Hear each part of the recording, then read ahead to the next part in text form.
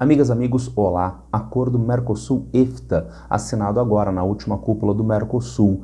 O EFTA é um bloco europeu, uma zona de livre comércio pouco conhecida, pouco exposta na imprensa brasileira. Por isso mesmo, sendo um acordo tão recente, é importante nós batermos um papo acerca do que é o EFTA e da importância e dos perigos deste acordo na relação Mercosul-EFTA, na relação da Europa com a América do Sul na atualidade. EFTA é a Associação Europeia de Livre Comércio, formada na atualidade por Islândia, Liechtenstein, Noruega e Suíça. Trata-se de um bloco, uma zona de livre mercado, uma zona de livre comércio, que se formou em 1960. Este bloco já teve mais países. Olha aqui a nossa listinha de países. Além de Islândia, Liechtenstein, Noruega e Suíça já foram participantes. A Áustria, Dinamarca, Finlândia, Portugal, Suécia e Reino Unido. Na atualidade, esse bloco se comporta como uma, digamos, zona de livre comércio forte, como zona de livre comércio que é a liberdade de circulação de mercadorias, de serviços, mas também de capitais e de pessoas. Cuidado, não é livre circulação de trabalho, como acontece na União Europeia. É livre circulação de pessoas, como acontece também, por exemplo, por acordo entre os países do Mercosul. O turista pode viajar de país a país. O trabalhador não tem liberdade de trânsito para trabalhar de país a país. Apesar do bloco europeu ter ficado mais enxuto nos últimos anos, ele ainda é bastante importante. Dá uma olhadinha no nosso destacamento de PIB e renda per capita. PIB de 1,4 trilhão de dólares, população de 15 milhões de pessoas e um PIB per capita de 119 mil dólares. E, portanto, é um mercado consumidor, é uma área para investimentos, é uma fonte de investimentos bastante importante, apesar de ter uma quantidade relativamente menor de países na atualidade. Bom, mas por que há este EFTA?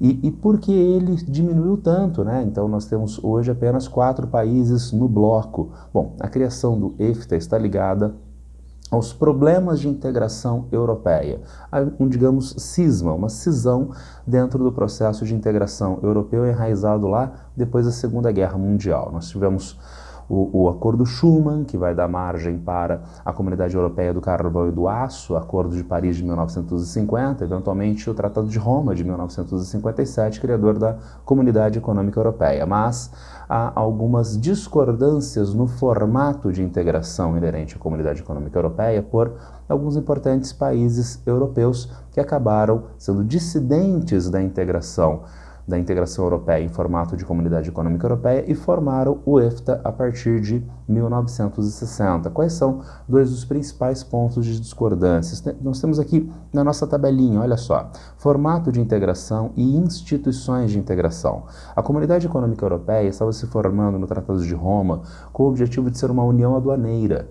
Uma união aduaneira tem a tarifa externa comum.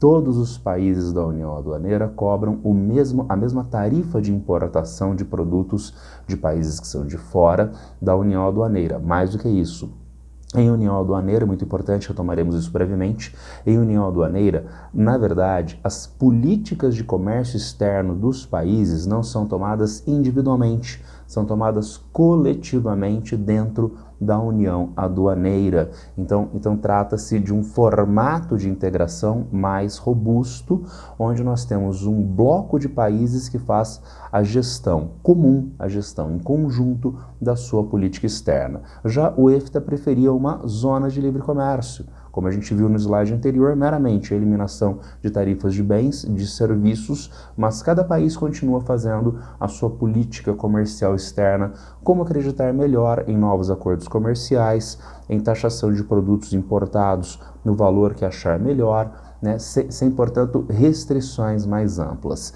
E ainda as instituições do bloco. A Comunidade Econômica Europeia tem um misto de instituições supranacionais e intergovernamentais. Instituições intergovernamentais são instituições nas quais participam os representantes dos governos, sem maior participação da sociedade civil dos países participantes, ao contrário das supranacionais, que têm uma ligação direta com as próprias populações, com os cidadãos dos países participantes. Na Europa, por exemplo, nós encontramos o Conselho Europeu, que é formado por representantes de Estado, por chefes de Estado, tá? Então você, cidadão europeu, não vota na formação do Conselho Europeu. O seu chefe de Estado é que te representa lá, tá certo? Temos, entretanto, o Parlamento Europeu. E o Parlamento Europeu tem eurodeputados que são eleitos diretamente pelos cidadãos participantes, os países participantes do bloco. Enquanto o Parlamento Europeu é uma instituição supranacional, a Comissão Europeia é uma instituição intergovernamental. Já alguns países da Europa, né, questionavam a ideia de instituições supranacionais e da suposta perda de soberania nacional diante dessas instituições, optando por uma integração exclusivamente com instituições intergovernamentais. Então notem, há uma primazia da ideia de manutenção da sua política econômica e de soberania por parte desses países dissidentes que acabam formando o EFTA. E daí a necessidade de você se retirar da União Europeia, da Comunidade Econômica Europeia na época, ou da União Europeia. Vejam, porque nós temos a tarifa externa comum entre os países da União Aduaneira, Comunidade Econômica Europeia. Eles unificam o padrão de comércio externo entre eles. Então nós não podemos ter um país que tem acordos comerciais individualmente dentro dessa União Aduaneira. Daí a ideia dos países que são membros da Comunidade Econômica Europeia não poderem fazer parte do EFTA e vice-versa. Com o sucesso da Comunidade Econômica Europeia ao longo do tempo, houve então essa tendência de enxugamento de países do EFTA desde os anos 1960, com destaque para um país.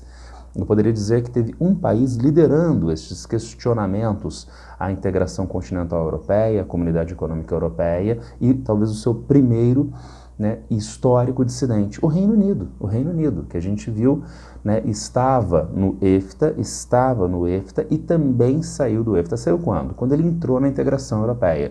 É um país de integração, de adesão à integração europeia muito mais tardia, no início dos anos 1970, junto com a Dinamarca, junto com a Irlanda, Reino Unido e Dinamarca, que são os primeiros grandes países que ingressam na integração europeia, Comunidade Econômica Europeia, nos anos 1970. Por que o Reino Unido demorou tanto para entrar? Está marcado aqui, gente, ó, recusa em pagar os custos financeiros da Comunidade Econômica Europeia. É um clube, você tem que pagar valores para fazer parte da União Europeia. E o Reino Unido dos anos 1940, 1950 achava que esses custos eram mais altos do que os benefícios econômicos, mas preferência pela manutenção da Commonwealth. Havia ainda o Império Britânico em esfacelamento, que fornecia ao Reino Unido os recursos de matérias-primas, combustíveis e energias, e onde o Reino Unido podia comercializar os seus produtos industrializados. Daí a preferência britânica em se manter nesta relação comercial com as antigas colônias da Commonwealth e não entrar na Comunidade Econômica Europeia, né? E ainda com mais um aspecto relacionado, entrar na Comunidade Econômica Europeia significa pagar os valores da política agrícola europeia. Como o Reino Unido poderia obter produtos da Commonwealth, ele se reservava o direito de não entrar na Comunidade Econômica Europeia, onde teria que haver o pagamento da política agrícola europeia. E tudo isso tem também um valor simbólico, né? A ideia de que na semana passada, antes da Segunda Guerra Mundial, eu era o Império Britânico, né? O país talvez mais importante, que se sentia mais importante no mundo, mas depois da guerra um país fraco. Então, a ideia de manutenção de um simbolismo de poder anterior à guerra que acabou se mostrando bastante insustentável nas décadas seguintes. Temos então aí o motivo da criação do EFTA, este cisma dentro da integração europeia, onde de um lado a gente tem a criação da Comunidade Econômica Europeia, de outro o EFTA, os motivos deste cisma, a manutenção de política econômica, a ideia de soberania dos países, motivada principalmente pelo Reino Unido, que acaba deixando o EFTA no início dos anos 1970, e acaba deixando a União Europeia, a velha Comunidade Econômica Europeia, hoje União Europeia, em meados dos anos 2010 e início dos anos 2020, no processo Brexit. Bom, vamos avançar. Acordo Mercosul-EFTA, potencial facilidade de aprovação. Nós tivemos Também, recentemente, a aprovação do acordo Mercosul-União Europeia. Nós sabemos que este acordo está envolvendo barreiras, está encontrando barreiras de aprovação. No Mercosul, não. Isso tem que ser aprovado no parlamento dos países do Mercosul, que é relativamente simples de ser feito. Mas isso tem que ser aprovado no Conselho Europeu, com uma maioria de um percentual significativo de votos do Conselho Europeu, havendo resistência, entre outros, da França, que precisa ser superada para que o acordo entre em vigor propriamente. E com o EFTA, será que a gente tem esses mesmos problemas? Não, não. Vejam, demanda por aprovação nos parlamentos dos países dos dois blocos. Então o que nós precisamos agora para efetivar este acordo? Que os parlamentos brasileiro, argentino, uruguaio, né, norueguês aprovem isso, né, e nada mais. Será que existem impedimentos mais fortes do lado europeu? Não, não. A França, que eu citei em relação à União Europeia, é uma potência agrícola regional e teme, com razão, perder espaço econômico e ter problemas sociais e políticos domésticos mediante acordos com potências agrícolas, como é o caso do Brasil e da Argentina. Agora, não é o caso de Noruega, não é o caso de Liechtenstein, não são potências agrícolas, não tem setores de atrito mais fortes entre essas diferentes economias. Há, entretanto, um pequeno problema em vista. Qual é o pequeno problema? Há necessidade de aprovação pelos parlamentos. E há uma dinâmica na sociedade civil nesses países europeus, preocupada com a questão ambiental e preocupada com direitos humanos, que frequentemente são colocados de lado, são dois aspectos frequentemente colocados de lado, junto a países sul-americanos, junto a países do Mercosul. Isso pode ser um fator dificultador, veremos nas próximas semanas, veremos nos próximos meses. Vantagens do acordo. Então, será que o acordo é vantajoso para o Mercosul? Tem vantagens e tem potenciais problemas. Uma vantagem: estabelecimento de mais um acordo comercial do Mercosul, mais uma zona de livre comércio. O Mercosul já fez recentemente acordo com Singapura, agora mais recentemente ainda com a União Europeia, e agora o último feito até agora com o EFTA, tá certo? E isto deveria ser um cala-boca nos críticos da burocratização, na burocratização do bloco. Porque, vejam, os críticos dizem que o Mercosul é uma união aduaneira. Estão lembradas do começo do nosso vídeo, a ideia de os países atuarem em bloco e não individualmente. Os críticos dizem: o Brasil poderia ter feito vários acordos comerciais com vários outros países ou blocos, e ele não faz, por causa do Mercosul, ele só pode fazer em conjunto com todos os outros países. Isso é verdadeiro? Isso é verdadeiro. Isso é um problema? Não, não é um problema. Isso é um problema formal, que só funciona na cabecinha de neoliberais ou pessoas estúpidas. Essas coisas são normalmente sinônimas. Porque nós precisamos pensar na realidade, na concretude da situação. O Brasil é uma potência de primeira ordem mundial, o Brasil é a maior economia do mundo, tem o maior exército do planeta, tem armas nucleares. Não, não tem.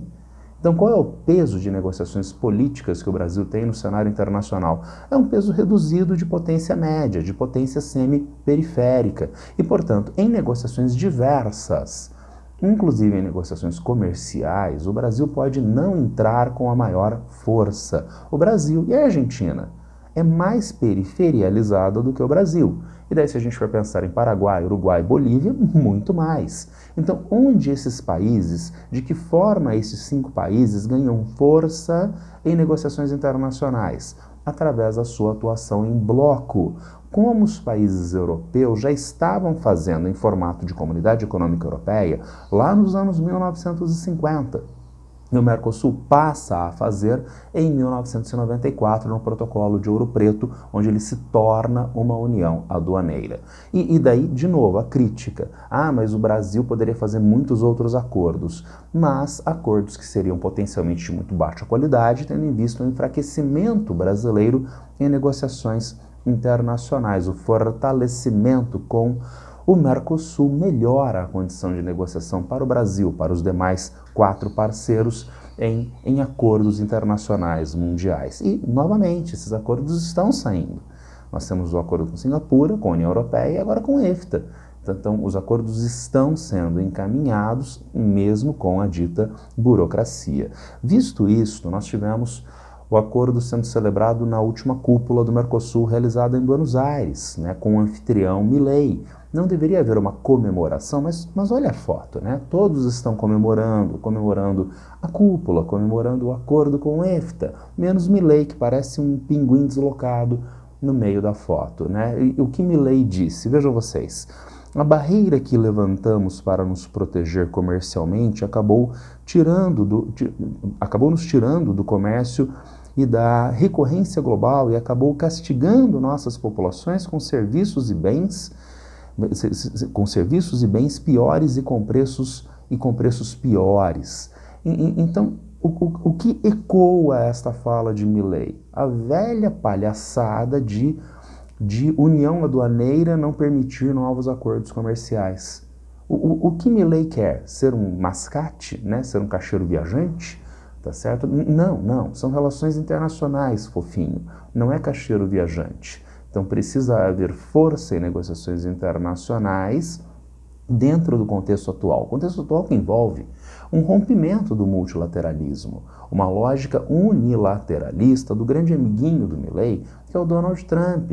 E daí, de novo, como é que um país como o Brasil, como a Bolívia, podem se colocar mais fortemente no cenário internacional diante de um Trump unilateralista, apenas reforçando o multilateralismo, não apenas em nível regional, através do Mercosul, mas em nível internacional mundial. Acordo interregional, acordo entre o Mercosul e o EFTA é um reforço do multilateralismo, regras que os países criam e balizam o seu comportamento, balizam o seu funcionamento.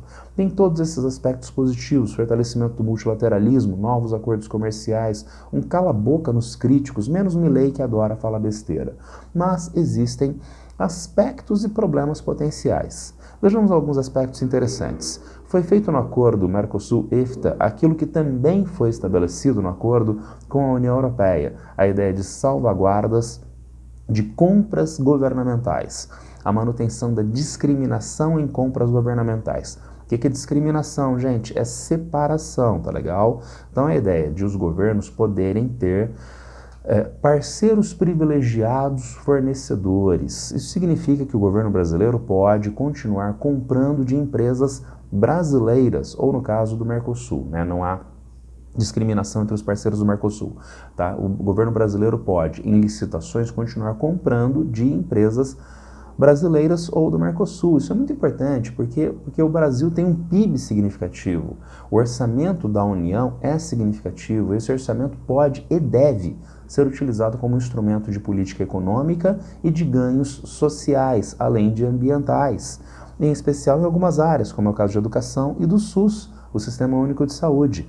E daí sim o governo brasileiro poder continuar incentivando a cadeia produtiva biotecnológica brasileira através de compras governamentais do SUS. Então, sem isto, seria um problema de manutenção de política econômica e industrial para o Brasil. Com isso, a gente não sofre este problema. Mas existem outros aspectos que podem ser problemáticos, como, por exemplo, a inexistência de salvaguardas vinculativas do ponto de vista ambiental.